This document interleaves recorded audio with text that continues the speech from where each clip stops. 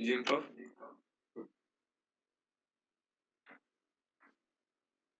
Ya, langsung. Stefan bisa hubungi Prof sama konsulen lainnya. Udah kelihatan? Stefan. Iya Prof, coba yang hubungi Prof. Semua konsulen barangkali ada sempat, silahkan joinnya. Baik Prof.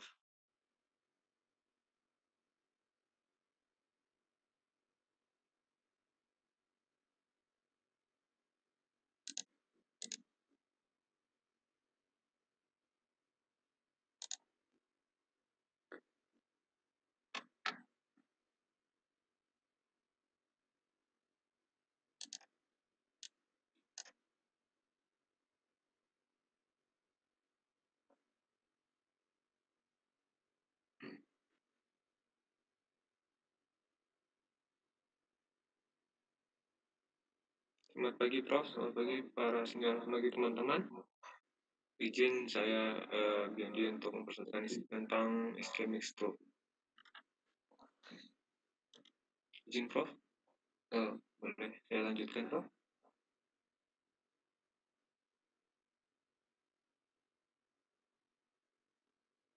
Ya silakan.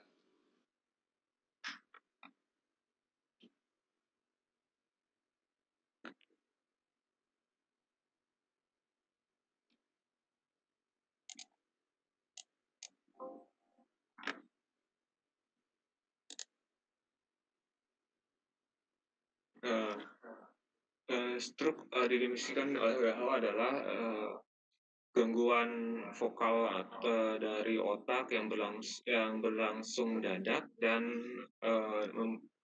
mempengaruhi mempunyai vokal defisit neurologis dan berlangsung lebih dari 24 jam yang dapat berujung pada kematian. Yang dimana penyebabnya adalah dikarenakan kelainan pada vaskuler di otak dan bukan hal yang lainnya. Ada lagi yang lainnya yaitu yang kurang dari 24 jam yang dinamakan TIA, hal yang sama tetapi cuma onsetnya saja yang berbeda, di mana TIA berlangsung kurang dari 24 jam.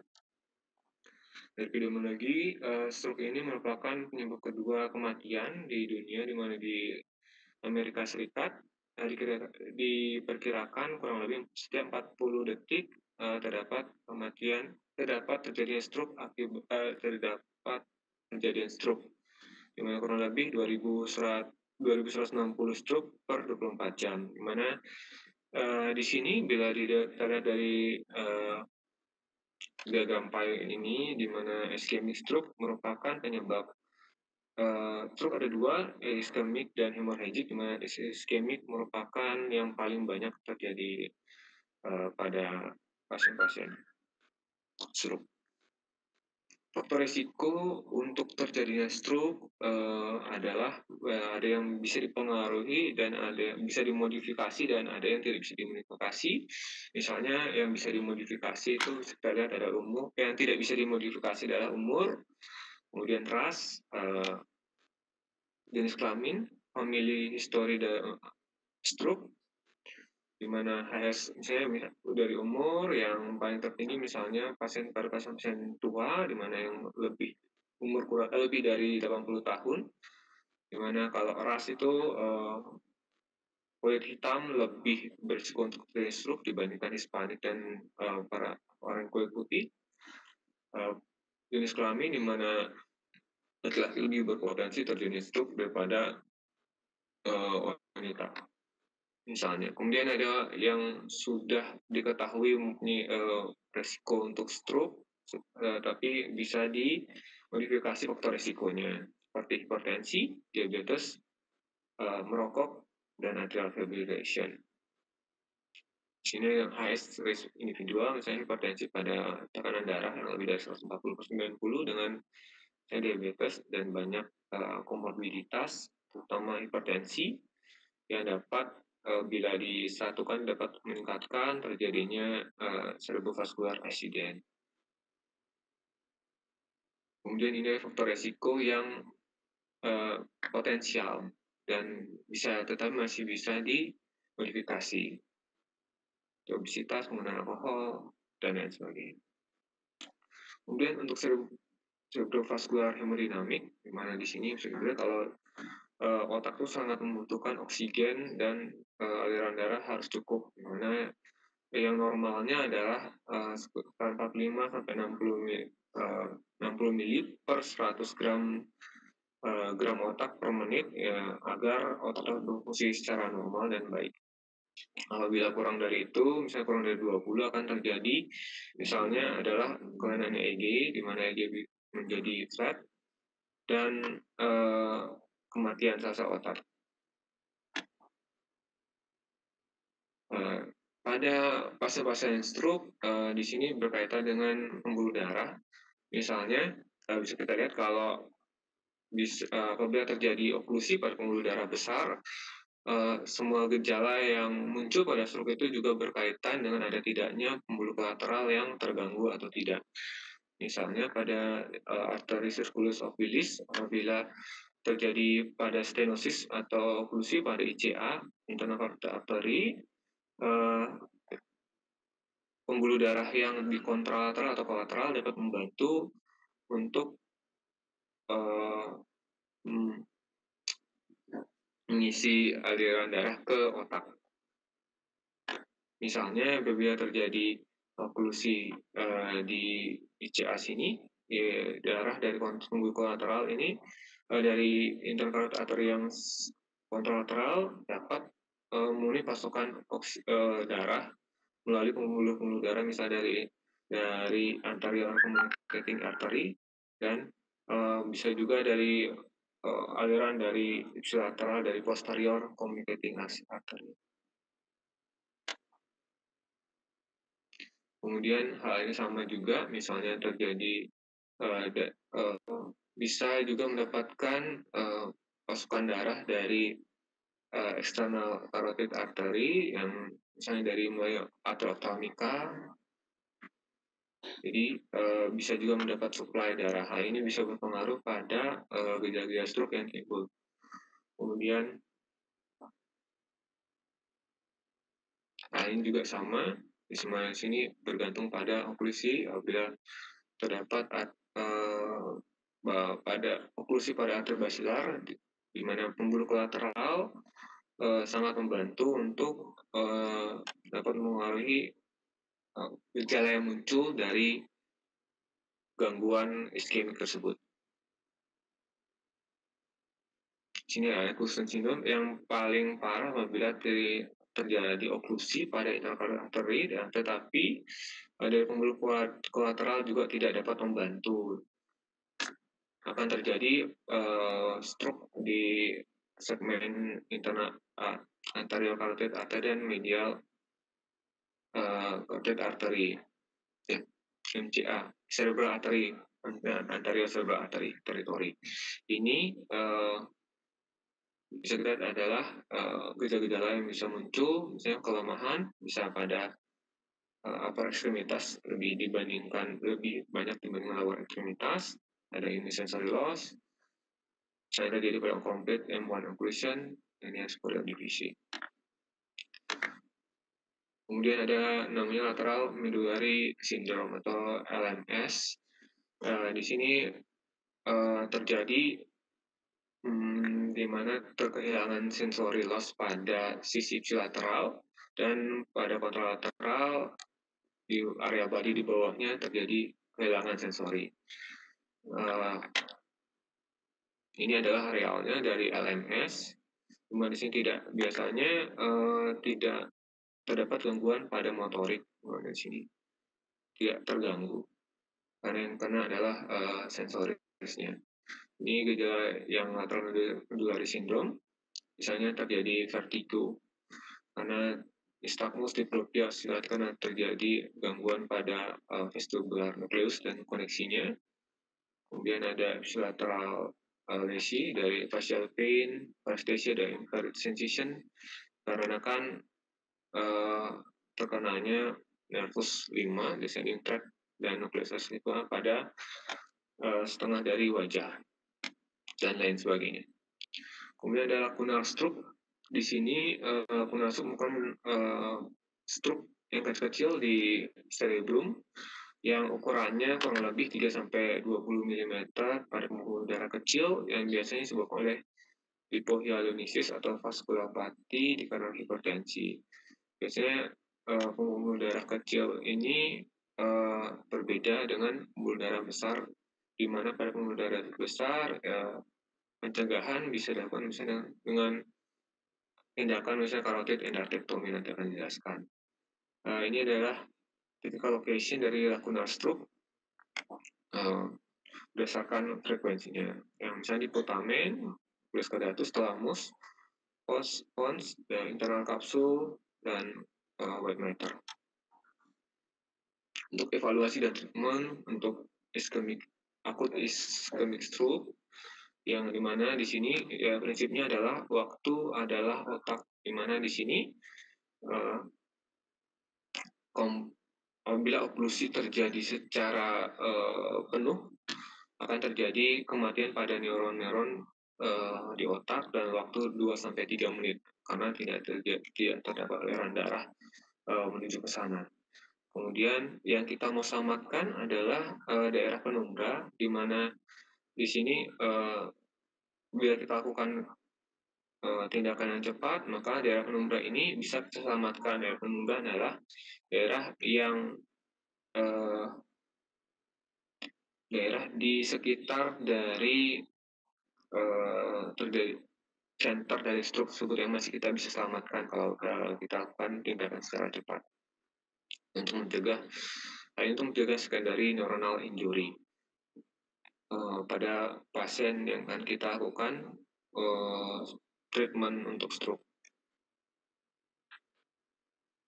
Untuk evaluasi manajemennya, yang di sini yang kita yang key konsepnya atau key komponennya adalah kapan terjadinya stroke, kemudian defisit neurologisnya kapan pasien itu tersebut bagus, kemudian kapan terjadi defisit neurologisnya, kemudian clinical presentation-nya, dan bisa kita gunakan untuk stroke ischemic ini adalah NIH Stroke Scale Score. Pada imaging yang bisa kita gunakan adalah misalnya yang paling sering adalah CT scan, di mana CT scan ini adalah bisa dilakukan secara cepat, di mana kurang lebih beberapa menit saja, kurang dari 20 menit, dari pasien tiba di emergency department di Amerika. Kemudian hal ini adalah pertama untuk mengeksekusi terjadinya perdarahan stroke hemorrhagic atau ada perdarahan di otak. Kemudian dilakukan bisa dari sini kita bisa mendapatkan potensial kandidat untuk melakukan endovascular terapi atau EVT, di mana bisa dibedakan antara pembuluh darah dengan NIHSS score ini. Kita bisa membedakan ada tidaknya terjadi oklusi pada pembuluh darah besar, di mana pada NIHSS score lebih dari atau sama dengan 10, di mana sensitivitasnya 73%, spesifik dan 74% spesifik untuk oklusi pembuluh darah besar. Jika NIHSS score-nya lebih dari atau sama dengan 6, 87% sensitif dan 22% spesifik untuk LVO. Sehingga ini bisa kita gunakan untuk kandidat dilakukan IV TPA atau trombektomi. Apabila tindakan apabila LVO ini ternyata tidak bisa dilakukan, kita bisa menggunakan IV TPA. Ini adalah NIHS Stroke Scale, terdiri dari misalnya level dari kesadaran pasien, kemudian GCS ada, dan motorik, sensorik, kemudian bahasa, dan lain sebagainya. Kemudian untuk emergency surgery yang bisa dilakukan adalah misalnya subhospital craniotomy untuk pada pasien-pasien dengan cerebral hemorrhage atau infarction, khususnya pada ini adalah infarksi pada cerebral, yang dimana terjadi kompresi pada brainstem sehingga menyebabkan penurunan progresif dari neurologis. Kemudian yang kedua dekompresif craniectomy untuk malignan MCA territory stroke seperti yang pernah dilakukan pada saat di rumah sakit misalnya. Kemudian untuk yang ketiga ada carotid endarterectomy untuk high grade stenosis pada pembuluh darah besar, di mana terjadi penurunan defisit yang berfluktuasi atau yang cepat. Untuk imaging dari akut iskemik ini yang biasa kita lakukan adalah CT scan untuk mengetahui apakah stroke tersebut di bagian mana yang terkena atau ada tidaknya perdarahan di otak untuk membedakan tersebut. Kemudian ada CT angiografi, di mana di sini kita bisa mengidentifikasi lokasi dan seberapa luas oklusi dari vaskular di otak. Dan apabila ada SAH, kita bisa mengidentifikasi sumber dari SAH tersebut. Untuk CT perfusion digunakan untuk mengidentifikasi ada di mana terjadi daerah penumburannya tersebut. Dan misalnya yang berikutnya adalah MRI, di mana MRI ini lebih sensitif untuk melihat jaringan lunak seperti brainstem, cerebral infarction, dan sangat sensitif pada kas perdarahan. Dan ada MRI perfusion. Di sini bisa dilihat di gambar ini contoh ilustrasi pada pasien dengan usia 71 tahun dilakukan CT scan, di mana di sini didapatkan ini daerah yang terjadi stroke. Ini adalah ini setinggi thalamus, di mana di sini bisa kita lihat ini adalah daerah yang diperdarahi oleh medial cerebral artery M1, M2, M3, kemudian di atasnya lagi, kemudian kita lihat bisa dari daerah stroke ini terdapat penyempitan pada ventricle, di mana sini terjadi edema. Kemudian untuk manajemen dari TIA atau stroke non hemorrhagic atau iskemik, di mana pilihannya adalah IV TPA biasanya diberikan untuk kandidat di mana pasien datang kurang dari 4,5 jam dari onset yang paling bagus. Kemudian ada thrombectomy kandidat di mana lebih bagus apabila memenuhi kriteria dari ini untuk NIH score lebih dari 6, di mana curigai adanya large vessel occlusion. Kemudian ini ada guideline untuk administrasi dari TPA, di mana yang untuk pada pasien-pasien yang kandidatnya adalah umur lebih dari 18 tahun, kemudian waktu datangnya dari terjadi stroke itu kurang dari 4,5 jam. Kemudian dilihat tidak lebih dari 10 cerebral microbleeding pada MRI, dan pada ada tweet. Oke, kemudian kontraindikasinya pada tidak adanya perdarahan di otak. Misalnya pada ICH tidak ada ICH, kemudian tidak ada lebih dari 10 microcerebral bleeding dari SAH, tidak ada intracranial aneurisma atau AVM, kemudian tidak terdapat bleeding diastesis, di mana terjadi perdarahan, mudah terjadi perdarahan, misalnya pada pasien dengan menggunakan LMWH, antikoagulan terapi kurang dari 24 jam.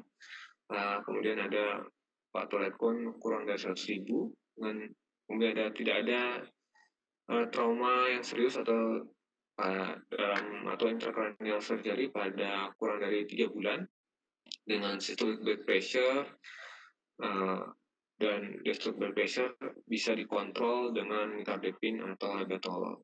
Tidak lebih dari 105 dan diastolic blood pressure-nya tidak lebih dari 110. Ini adalah carotid endarterectomy, di mana current study untuk surgical treatment untuk large vessel occlusion.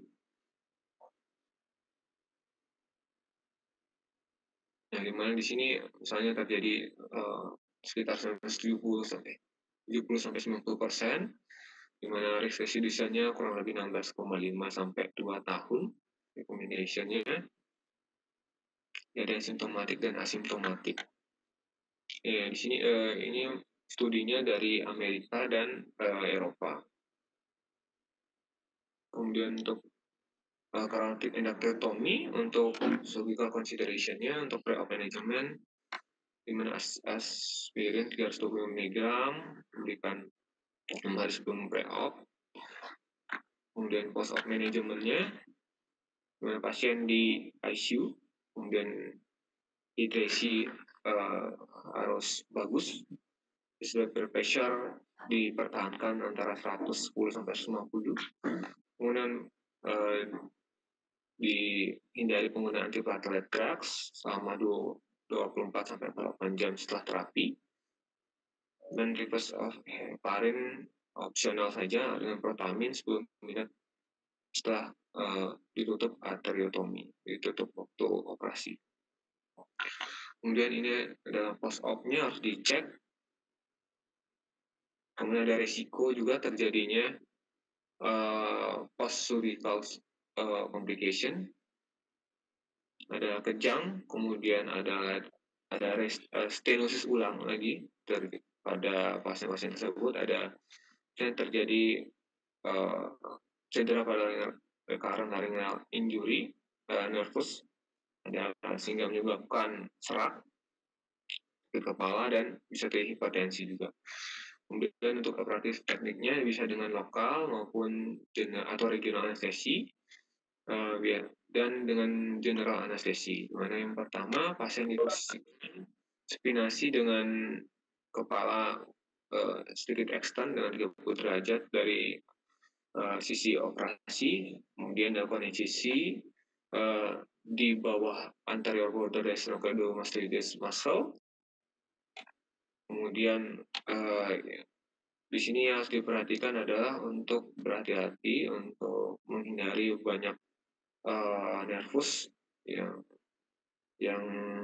ada di leher. Misalnya untuk retraktor kita jangan terlalu dalam untuk menghindari injury pada recurrent laryngeal nerve yang berjalan antara esophagus dan trakea. Kemudian setelah itu setelah sampai di pembuluh darah, kemudian dilakukan internal carotid artery, maksudnya dilakukan insisi, kemudian dilakukan dikeluarkan plaknya, kemudian dijahit, kadang-kadang dijahit dengan patch material. Kalau terlalu besar sehingga tidak bisa menutup, apabila bisa tutup, dilakukan tutup tanpa patch. Di sini kemudian plak sebelumnya dapat diambil. Ini kadang-kadang pada saat operasi dipasang shunt, di mana shunt ini untuk mencegah, untuk memperbaiki aliran darah lebih baik pada saat melakukan operasi. Ini adalah plaknya. Kemudian ini adalah contoh plak yang dilakukan carotid endarterectomy, di mana di sini setelah post-op dilakukan harus monitoring ketat untuk tekanan darah, neurologic function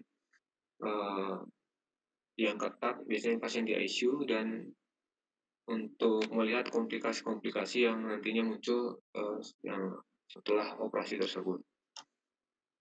Kemudian ada carotid angioplasty atau stenting. Ini apabila di mana carotid endarterectomy tidak bisa dilakukan dengan CEA, dengan stenting maksudnya, untuk pasien-pasien yang dengan mempunyai penyakit dengan vaskular atau kardiak komorbiditas yang berat. Seperti di sini, dan ada spesifik kondisinya. Misalnya ada kontralateral angiorna falsi, radiation terapi pada daerah leher, dan lain sebagainya. Pada carotid angioplasty dilakukan balloning dan diberikan stenting untuk mencegah terjadinya penutupan atau oklusi pada pembuluh darah besar seperti carotid internal artery. Ini adalah dilakukan balloning dari bawah sampai di pembuluh darah besar yang kita tuju, misalnya carotid internal artery. Kemudian dari balloning dilakukan pemasangan dari stenting ini untuk mencegah terjadinya oklusi. Kembali dari AHA guideline, di mana angioplasty stenting bisa merupakan alternatif kalau pasien tidak bisa dilakukan CA atau carotid endarterectomy pada pasien asimptomatik atau berisiko tinggi terjadinya oklusi pembuluh darah besar. Tetapi masih belum terlalu bisa dilihat buktinya karena masih kurangnya penelitian yang ada pada pasien-pasien yang asimptomatik. Tapi hal itu bisa dijadikan salah satu alternatif untuk mencegah terjadinya stroke iskemik pada pasien. Ya, sekian presentasi dari saya. Terima kasih. Ya, bagus Yoni presentasikan tentang ischemic stroke. Jadi patofisiologi hingga treatment before terjadi. Silahkan kalau ada pertanyaan dari semua residen yang ada.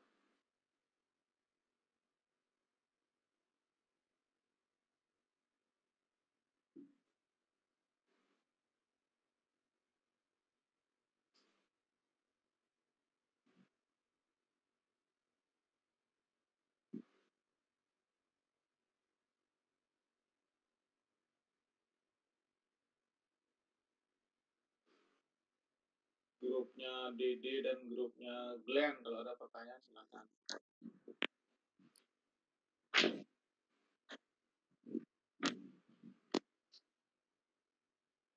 Selamat siang, Prof. Selamat pagi, Prof. Selamat pagi, senior dan rekan-rekan semua. Mohon izin bertanya. Terima kasih atas presentasinya, Bu Yondi. Sangat lengkap dan menambah pengetahuan kita tentang ischemic stroke. Yang ingin saya tanyakan di sini mengenai pemeriksaan penunjang yang tadi sempat dijelaskan oleh Bu Yondi. Ada beberapa pemeriksaan penunjang untuk menegakkan diagnosis, CT scan, CT angio dan sebagainya. Kira-kira untuk indikasi apa saja atau pada saat apa saja kita melakukan tindakan pemeriksaan penunjang pada pasien yang di saat pasien masuk, kira-kira pemeriksaan penunjang apa saja yang perlu dilakukan untuk mendiagnosis secara pasti pasien menderita stroke iskemik, dan kira-kira kapan kita melakukan pemeriksaan penunjang tersebut, contohnya CT angio dan CT perfusi dan sebagainya. Mungkin sekian, Prof. Silakan Yodi.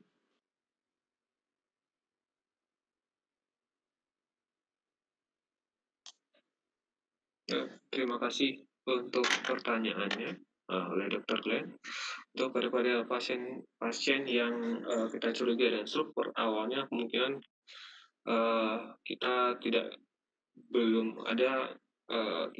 belum bisa mendiagnosis secara pasti apakah pasien ini mengalami stroke iskemik atau stroke hemorrhagic. Karena ada beberapa yang kalau kita pelajari, misalnya pada pasien kita tanpa CT scan kita bisa mencurigai pasiennya misalnya terkena stroke iskemik atau hemorrhagic misalnya, kita bisa menggunakan beberapa pasien. Misalnya pada pasien dengan stroke hemorrhagic itu ada pasien misalnya tiba-tiba ada stroke dengan nyeri kepala yang sangat atau kesadaran yang cepat biasanya, kemudian ada muntah-muntah, dan biasanya kita curigai adanya penambahan massa yang begitu cepat. Itu kita curigai dengan stroke hemorrhagic. Kemudian yang stroke iskemik, setiap pasien stroke idealnya kita lakukan pemeriksaan CT scan. Dan penunjang-penunjang lainnya seperti kita lengkapi seperti PL, kemudian seperti kimia dan lain sebagainya untuk mencari tahu apakah ada faktor risiko, terutama misalnya blood glucose, kemudian dari pemeriksaan fisik, tensinya juga kita ukur, itu merupakan faktor-faktor risiko untuk terjadinya stroke iskemik. Kemudian tadi kita juga bisa menggunakan NIHSS score, di mana di sini kita bisa membedakan apakah misalnya kalau dari NIHSS score ini kita bisa membedakan apakah terjadi oklusinya di pembuluh darah besar atau di pembuluh darah kecil. Kalau NIHSS score lebih dari 96, kemungkinan besar adalah oklusinya di pembuluh darah besar, bila kurang dari itu pembuluh darah kecil. Di mana di sini berkaitan dengan nanti intervensinya atau terapinya. Kalau di pembuluh darah besar kita bisa melakukan carotid endothelektomi atau dilakukan stenting apabila pasien tidak apabila tidak disediakan carotid endothelektomi. Kemudian untuk pembuluh darah kecil bisa atau pada pasien yang kurang dari 4,5 jam bisa kita lakukan dengan RTPA atau IV RTPA, sulfasmodigen aktivator, supaya untuk pada pasien tersebut. Mungkin sekian. Oh iya, pada kapan kita lakukan CT angiografi dan lain sebagainya, di sini dijelaskan pada pemeriksaan awal dilakukan CT tanpa kontras, di mana di sini kita bisa membedakan pada pasien-pasien yang pertama adalah mengeksklusi terjadinya stroke hemorrhagic karena berkaitan dengan perbedaan yang akan kita lakukan untuk penanganannya. Kemudian untuk CT angiografi, bila CT tanpa kontras ini dilakukan karena satu juga sangat cepat, maksudnya bisa dilakukan dalam beberapa menit, tidak seperti pemeriksaan yang lainnya yang cukup lama. Sehingga kita bisa menghemat waktu untuk apabila bisa melakukan tindakan. Kemudian untuk CT angiografi bisa kita gunakan untuk melihat lebih jelas untuk lokasi dan seberapa luas dari oklusi dari vaskular di otak. Dan lainnya sebagainya, misalnya CT perfusion untuk mengidentifikasi daerah penumbra dan MRA yang sensitif terhadap lebih sensitif atau lebih bagus lagi dibandingkan dengan CT scan. Mungkin sekian seperti itu mungkin jawaban saya. Mungkin Prof bisa menambahkan. Terima kasih atas pertanyaannya. Ya bagus, jadi indikasi CT scan yang sudah definitif stroke cukup dengan CT scan biasa, tambahan untuk mencari aliran darahnya baik dengan PET scan, MRI perfusion itu untuk membuktikan bahwa di darah tersebut terjadi low perfusion dan masih ongoingnya stenosis maupun obstruksi trombosis by emboli. CT angio juga menunjukkan apakah adanya stop perfusi atau vasospasme. Jadi umumnya di negara-negara seperti Indonesia itu sampai CT scan sudah bisa didiagnosa stroke-nya, dan penanganan terhadap faktor risiko sudah mulai diberikan oleh tim kita dari neurologi. Apalagi ada pertanyaan dari Glenn? Izin Prof, tadi menanyakan waktu yang tepat kapan kita melakukan pemeriksaan penunjang lainnya selain CT scan non kontras pada awal. Kapan kita melakukan CT angio, kapan kita melakukan CT perfusi, atau kapan kita melakukan MRI perfusi, Prof? Ya itulah, untuk menunjukkan bahwa daerah-daerah itu terjadi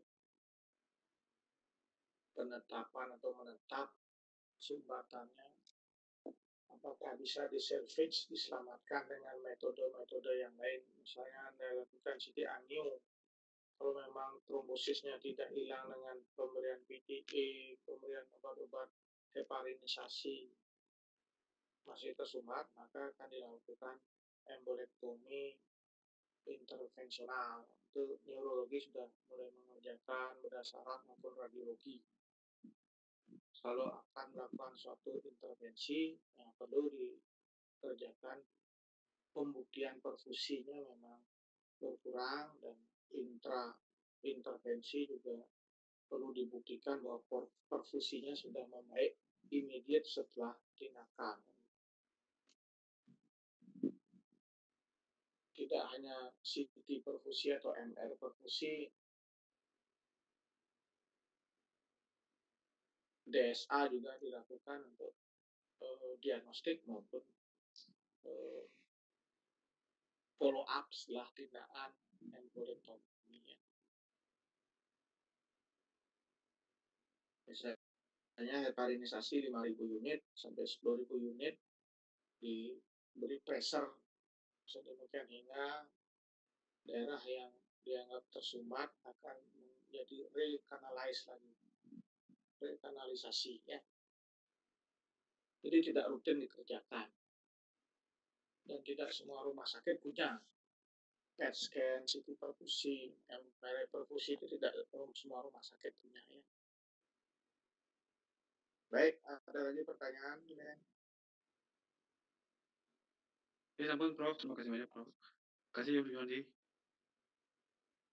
Ya, prinsipnya pada stroke iskemik itu kan harus diketahui bahwa kira-kira penyebabnya ada dua, apa dia trombus, apa emboli. Kalau kira-kira dicurigai suatu emboli, embolinya dari mana? Apakah dari kelainan aritmia atau ritme jantung, atau pengakuan katup mitral trikuspidal jantung yang sering menimbulkan emboli karena laju darah meningkat, kekentalan darah, dan seterusnya. Atau ada emboli yang lepas dari daerah-daerah yang dicurigai mengalami penumpukan aterosklerosis. Contohnya dari karotid yang paling sering. Lepasnya trombus dari karotid menjadi emboli. Jadi dua hal itu antara trombus dan emboli perlu distinguish atau dibedakan ya. Kalau trombus ke pembuluh darah otak langsung, rata-rata karena hal-hal yang menyebabkan kekentalan. Misalnya tadi disebutkan dislipidemi. Misalnya ada faktor-faktor yang infeksi, hal-hal yang menyebabkan darah itu sangat cepat mengental dan menimbulkan trombus. Pengentalan darah tidak hanya kandungan di luar cairan juga bisa menyebabkan pengentalan darah. Kekurangan cairan juga menyebabkan LED meningkat.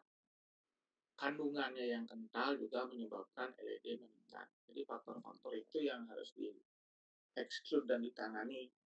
Jadi prinsipnya mencegah faktor risiko itu berlangsung terus-menerus. Nah, mana kasus-kasus mana yang memerlukan suatu intervensi lebih lanjut selain menangani faktor risiko, itu yang memerlukan pemeriksaan tambahan. Apakah intervensinya berupa trombektomi, embolektomi dengan PTA dan obat-obat pengencer darah, atau intervensi yang bersifat surgical berupa carotid endarterectomy, atau yang intervensi non-surgical atau disebut dengan stenting, carotid angioplasty. Nah, kompetensi bedah saraf dalam hal ini masih kompetensi 3, belum mandiri mengerjakan bedah saraf SP1 untuk mengetahui saja dan paham kapan harus merujuk ke center-center yang ada pelayanan neurovaskuler. Ada lagi pertanyaan? Prof, izin Prof, boleh bertanya? Ya, silakan. Dengan Martin. Terima kasih Biondi untuk presentasinya. Biondi mau bertanya, kan kalau pasien manajemen post-op untuk pasien-pasien yang tadi sudah jelaskan untuk apakah dia open surgery untuk karotid yang tersumbat ataupun dia dengan operasi minimal invasif atau stenting, maksudnya untuk post operasinya kan kita harus mencegah juga proses inflamasi dan juga pembentukan trombosit akan memperbaiki karena kita ada operasi di situ. Biasanya obat-obat apa yang bisa diberikan pasca operasi untuk pasien-pasien operasi pembuluh darah seperti itu, dan berapa lama biasanya diminum untuk mencegah pembentukan clot? Terima kasih.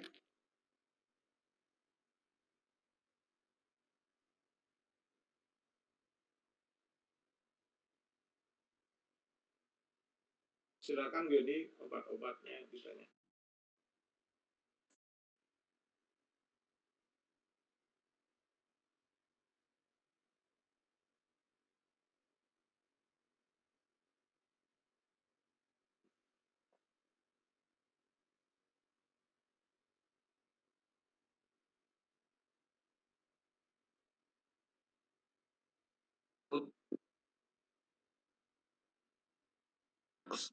Jadi sebaiknya setelah obat-obatan tersebut untuk pencegahan terjadinya oklusi berulang tersebut bisa digunakan setelah melewati masa 48 jam setelah post operasi dan dipakai terus-menerus sampai seumur hidup sih. Seperti itu. Tapi dalam dosis yang kecil misalnya digunakan aspirin dosis 80 mg yang setiap hari atau clopidogrel. Terima kasih, mungkin itu dari saya kok. Mungkin Prof bisa menambahkan.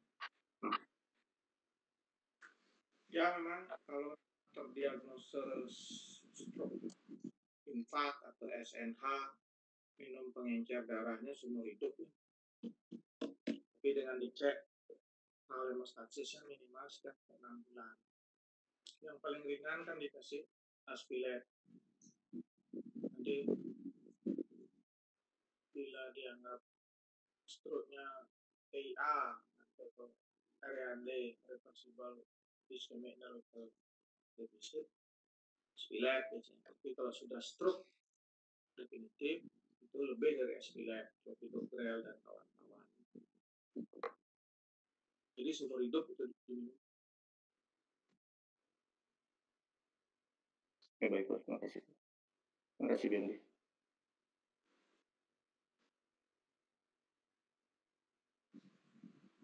Tapi lebih baik mencegahnya, maksudnya kalau sudah kita terkena stroke, ya nasibnya lah seperti itu. Kayak orang DM minum obat seumur hidup dengan ditepring, baik obat anti diabetik maupun sampai insulin ditepring. Yang bulan dicek lagi HbA1c-nya, DM, atau gula darah waktu setiap hari. Stroke juga demikian, lebih baik kita cegah. Apa pencegahannya? Hal-hal yang menimbulkan trombus dan hal-hal yang menimbulkan emboli. Ya bersyukurlah kalau tidak ada kelainan jantung bawaan, rematik karditis, dan penebalan katup, kebocoran dan sebagainya, tetralogi hal yang bisa kita modify ya agar tidak terjadi trombus dan tidak terjadi emboli jantung, trombus dalam kandungan darah. Ya syukur-syukur kita tidak ada kelainan jantung, tapi kemungkinan emboli bisa kita coret. Kalau trombus, ya lihat sekarang apa yang menyebabkan terjadi trombus, pasti apa yang kita makan, apa yang kita cerna lewat mulut, dan bagaimana pemecahan yang terjadi. Hanya pencegahan-pencegahan selain pola makan, pola hidup yang sehat, yang sebagian besar orang tidak mengerti bagaimana itu sebenarnya pola hidup sehat yang dimaksud. Kemungkinan kalau kita tanya nyata-nyata sekarang kalian lah yang resisten, yang sebentar lagi jadi spesialis, bagaimana sebenarnya pola hidup sehat, makan sehat, hidup sehat, berpikir sehat, olahraga sehat, itu tidak ada yang bisa menjawab. Ya begitu.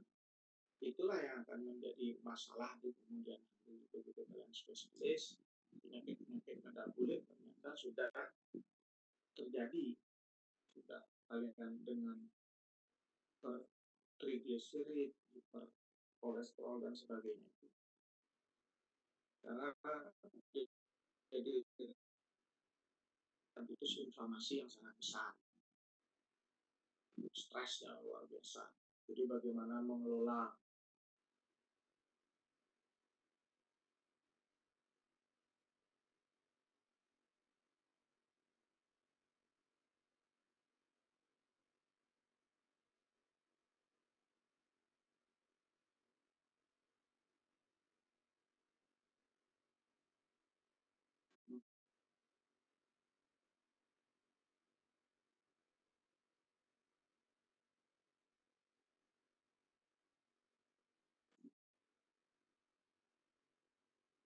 kalian bisa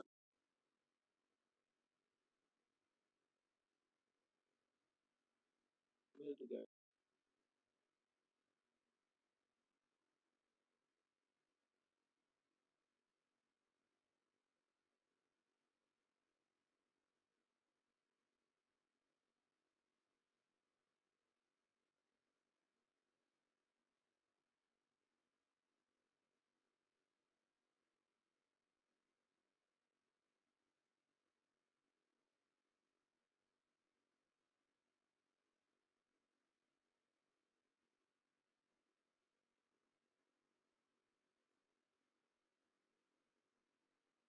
pikirannya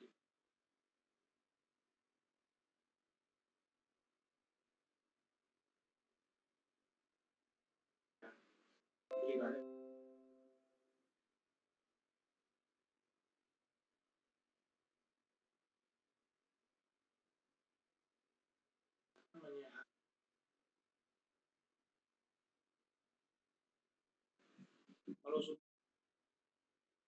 ya